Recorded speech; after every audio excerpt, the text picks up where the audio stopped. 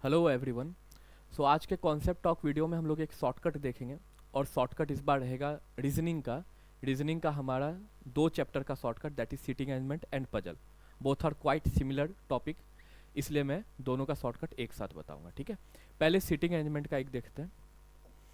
देखो, seating arrangement अगर आप लोग चैप्टर पढ़े होगे तो आपको याद होगा, कई बार इस तरीके के सेंटेंस रहते हैं क्वेश्चन में कि there are 2 person seating in between A and B, या फिर there are 3 person seating between P and Q. In between 2 persons करके कई सेंटेंस रहते हैं।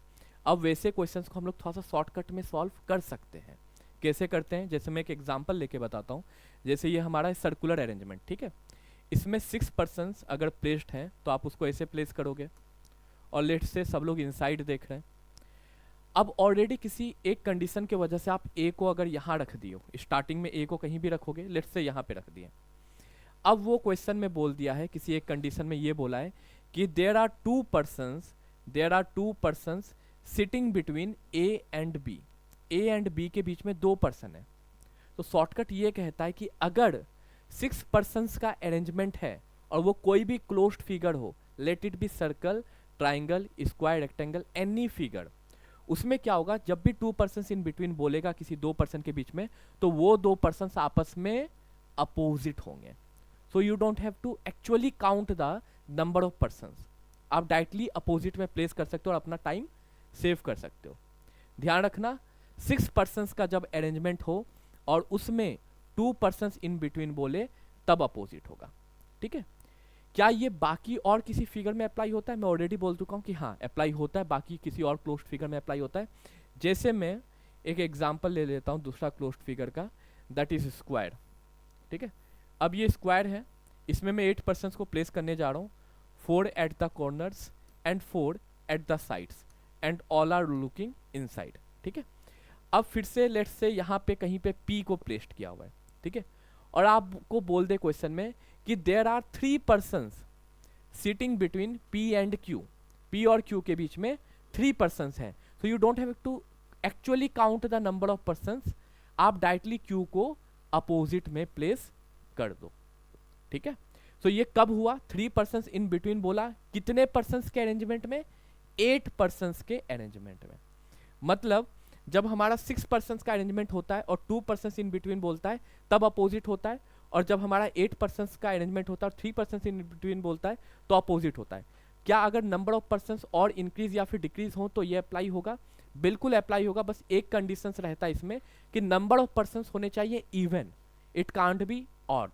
जैसे कि 7, 9 ये सब में नहीं अप्लाई हो पाएगा। तो 8 पर्सन्स के बाद नेक्स्ट इवन नंबर कौन सा होता है? 10 होता है। क्या ये 10 में अप्लाई होगा? बिल्कुल होगा। लेकिन उस केस में आपको number of persons in between देना चाहिए 4। अगर 4 दिया पर्सन्स इन बिटवीन 10 पर्सन्स के अरेंजमेंट में, तो बिल्कुल अप्लाई होगा। क्या 12 पर्सन्स के अरेंजमेंट में होगा? बिल्कुल होगा। और उसमें 5 पर्सन्स इन बिटवीन होने चाहिए। अब 12 पर्सन्स ऑफकोर्स आपके एग्जाम में नहीं आएगा, जस्ट मैं ऐसे ही आपको बता दिया कि रूल अप्लाई होता है हर एक इवन नंबर पर्सन्स में। ठीक है, और ये मैं यहाँ पे एग्जांपल बताया हूँ सर्कल और स्क्वायर के साथ। आप ट्राई कर लेना किसी और फिगर में भी, जैसे कि ट्राइंगल, रेक्टेंगल, पेंटागन, किसी में भी हर एक में अप्लाई होगा।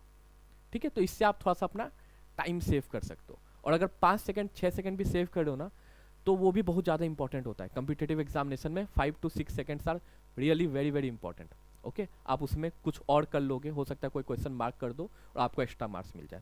सो ये था सीटिंग अरेंजमेंट का। अब बात करते हैं हम लोग पजल का। ठीक है, पजल का जो मैं शॉर्टकट बताने जा रहा हूँ, वो वैसे किसी भी पजल्स में अप्लाई होगा जिसमें वर्टिकल अरेंजमेंट होता है। जैसे कि फ्लोर में वर्टिकल अरेंजमेंट होता है, बॉक्सेस में वर्टिकल अरेंजमेंट होता है, डेजिग्नेशन बेस्ड पजल जो आता है उसमें भी वर्टिकल अरेंजमेंट होता है। तो मैं एक एग्जांपल ले लेता हूँ फ्लोर का है। ठीक है, फ्लोर में लेट से 8 फ्लोर्स हैं, तो ऊपर वाले को नंबरिंग कर दोगे 8, फिर 7, 6, 5, 4, 3, 2, 1।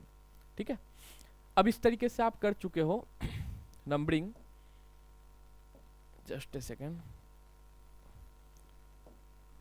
Okay fine.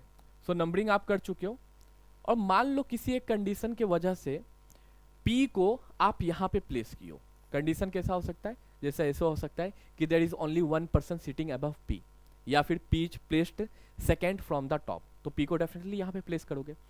अब क्वेश्चंस में आपको कंडीशन नेक्स्ट ऐसा दे सकता है कि the number of persons sitting below P is same as the number of persons sitting above Q। P के जितने लोग नीचे हैं उतने ही Q के ऊपर हैं। तो आप देखोगे तो P के नीचे यहाँ पे आपको काउंट करने में काफ़ी ज़्यादा टाइम लगेगा, राइट। तो आप क्या कर सकते हो, देख सकते हो कि P के ऊपर नंबर ऑफ पर्सन्स कम है, बस एक ही है।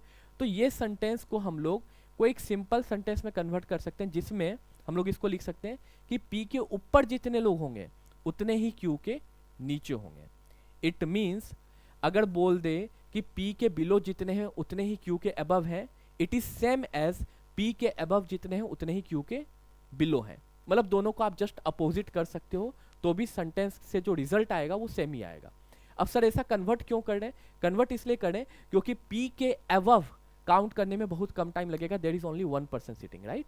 तो Q के नीचे भी 1 पर्सन होना चाहिए, तो उसके लिए एक छोड़ के Q को आप यहाँ पे प्लेस कर दोगे, जल्दी हो जाएगा। अब ऑफ कोर्स मुझे एक्सप्लेन करने में ज़्यादा टाइम लग रहा है, हो सकता है कुछ लोगों को फील हो रहा होगा कि सर ये तो टाइम उतना ही लग रहा है, ऐसा नहीं है, ये एक्सप्लेन करने में ज़्यादा टाइम लगा है। बट एक्चुअली में जब आप प्रैक्टिस करोगे तो सामने वाले को एक्सप्लेन तो नहीं करना, आपको डायरेक्टली लिखना है, तो कम टाइम लगेगा, आप प्रैक्टिस करके देख लेना, ठीक है। तो वीडियो अगर पसंद आए तो लाइक कीजिएगा और अपने फ्रेंड्स के साथ आप शेयर भी कर सकते हो। अगर कुछ ना समझ में आए तो कमेंट जरूर कीजिएगा, या फिर वीडियो कैसा लगा तो वो भी कमेंट आप कर सकते हो। Thank you.